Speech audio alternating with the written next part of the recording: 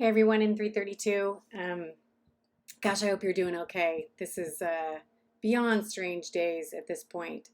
So I hope you're staying safe and staying inside and, trying to work through this air quality thing. I am finding, if I focus in on what's in front of me with my work, um, that I can kind of stay sane, like control what's around me and try to support people as best I can. And the best advice I ever got was just do the next right thing. So that's what I'm trying to do. So I wanted to give you a little heads up. This should actually be a fairly playful make cycle in some ways, because I think it's really interesting to think about our quantified self. So that's what we're going to do in literacy studies over the next couple of weeks. So by Wednesday of this week, the 16th, you're going to collect some data about your quantified self, your digital self. And if I think about I track so many things. I have, the privilege, right? I happen to have a Apple Watch. And one of the reasons I have a new one is because, as I mentioned in the, I think in the email or in the make or something, I got diagnosed with AFib last fall. And so my heart freaks out.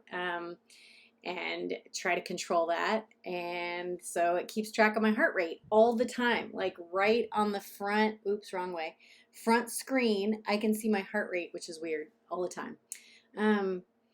I do that. I look at how many Twitter followers I have. I'll be honest, I look at, see how many likes, do you get on something.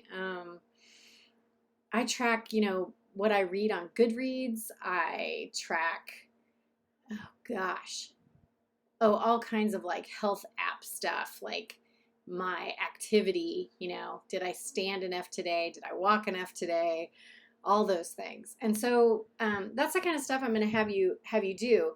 One easy thing is just to Google yourself or whatever, use a web browser to look up information about you. And if you do it in incognito mode, sometimes you get different results. So that would be interesting to see what's out there. And you can also just look at your activity, and I put a link on Google. It'll show you YouTube videos you've watched, what you've liked. It's very strange to see how much stuff is tracked about you. And then the reading this week is going to look at the way EdTech tracks us. If we were in class together, you would hear me rant about how frustrated I get over the way schools surveil students.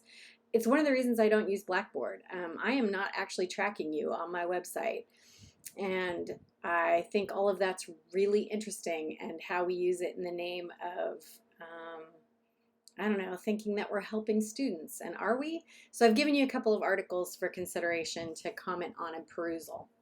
And then just like this last week, good job, we'll do some writing where you'll summarize one of those articles, and then you'll also write up your understanding of what you discovered in your quantified self. And then you'll make something. And the makes should be fun. Like, they shouldn't suck. You should pick something to make that you're like, oh, that was fun. Whether it's slam poetry or a pictochart, infographic, something, short film, longer blog, it should be something you're like, okay, this was kind of fun to do. Hopefully, again, a little joy, little moment of joy in this crazy times. Reach out if you all have any questions. Thanks so much for all your work. And given the survey that I sent out that, 10 of you didn't do, 12 of you didn't do, but 16 did, so thank you. God, I seriously can't tell right now if you're checking email or watching videos or not. I hope so. It helps with context.